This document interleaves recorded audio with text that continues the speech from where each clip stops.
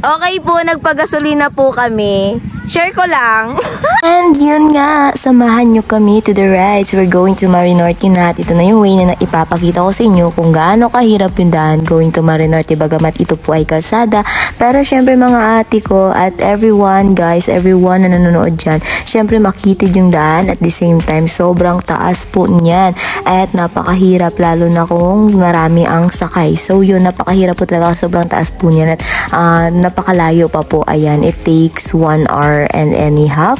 Depende pa yan sa pagdodrive. So yun nga, napakaganda ng view. Ayan, enjoy! Enjoyin nyo lang habang kami po ay nasa rides.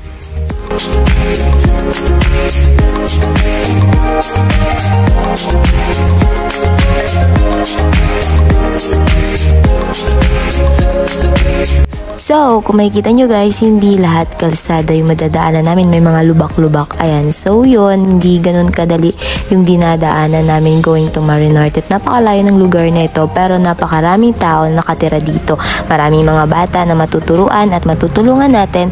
And, lalo na magbibigay ng mga gifts, chanelas, or any na pwedeng i-sponsor sa kanila. They deserve it. Kasi sobrang layo po talaga ng place nila sa bayan. Like, magbabiyahe pa sila ng ilang oras para lang mabili yung mga pwede para sa kanila, mga gift, ganyan.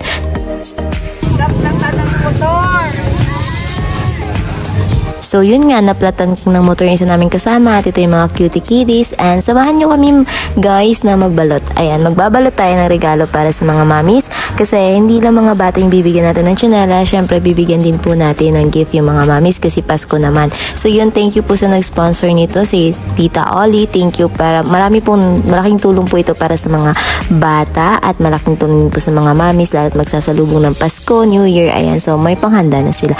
Ayan, at yan yung mama ko na nagluluto na. Ayan, and ito yung ganito karami mga bata yung matuturuan namin at sobra pamisan dyan yung mga bata. So, limited lang gawa nga sa panahon na pabugso-bugso. So, yan lang sila kadami. Pero kung tutusin, sobrang dami po talaga nila. Ayan. So, may mga pa-program po kami sa kanila para kahit papano matulungan yung mga batang ito, mabigyan yung needs nila kasi hindi lahat na ibibigay sa kanila. Ayan. So, kung gusto nyo po mag-sponsors, just comment down and contact nyo lang po ako and i-reach nyo lang po ako. Ayan. So, kung makita nyo kasama ko nagbabalot ng gift para yan sa mga mommies. Ayan. Sa mga bata, may pa-food, spaghetti, and chinelas para sa kanila. Ayan. So, yun nga guys. So, napakaganda na kahit malayo sila, nare-reach out pa din natin sila. And thank God, syempre, nabibless tayo and we will be the blessings for them. Ayan. So, yun. Samahan nyo kami at enjoy lang tong video na ito na take ko, yung moment na ito. Ayan. Enjoy nyo lang pong panoorin. I know na na-inspire din kayo as well as na-inspire din po kami.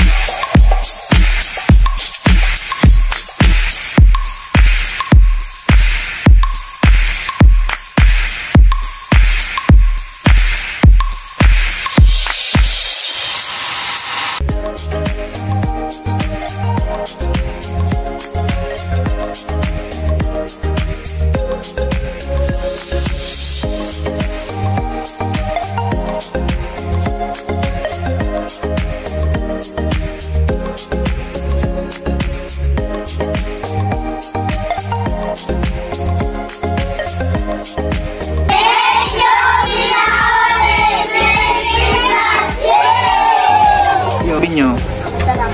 Ha? Masarap. Masarap? Gusto nyo pa maulit to?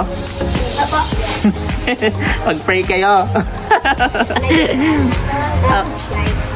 Yan. Mag-pray kayo na may magbibigay ulit. May mag-sponsor. Fried chicken na. Gusto niyo fried chicken? Magkita ulit fried chicken. Come on. Sige, 1, 2, 3, go! Kita ulit fried chicken! Dahil wala ang nanay sa ospital ng anak, ang anak na lang ang tatanggap ng regalo. Merry Christmas to all. At yun nga, masaya kaming uuwi dahil nga tagumpay ang ating ginawa. So ayan, sobrang saya po namin dahil may mga bata na naman na napangiti at ang mga mamis na napangiti sa simpleng regalo na handog natin. Thank you for the sponsors, and if you want to sponsor also, just comment down or i-contact nyo lang po ako, i-reach out nyo lang ako here in my channel. Thank you so much and God bless everyone.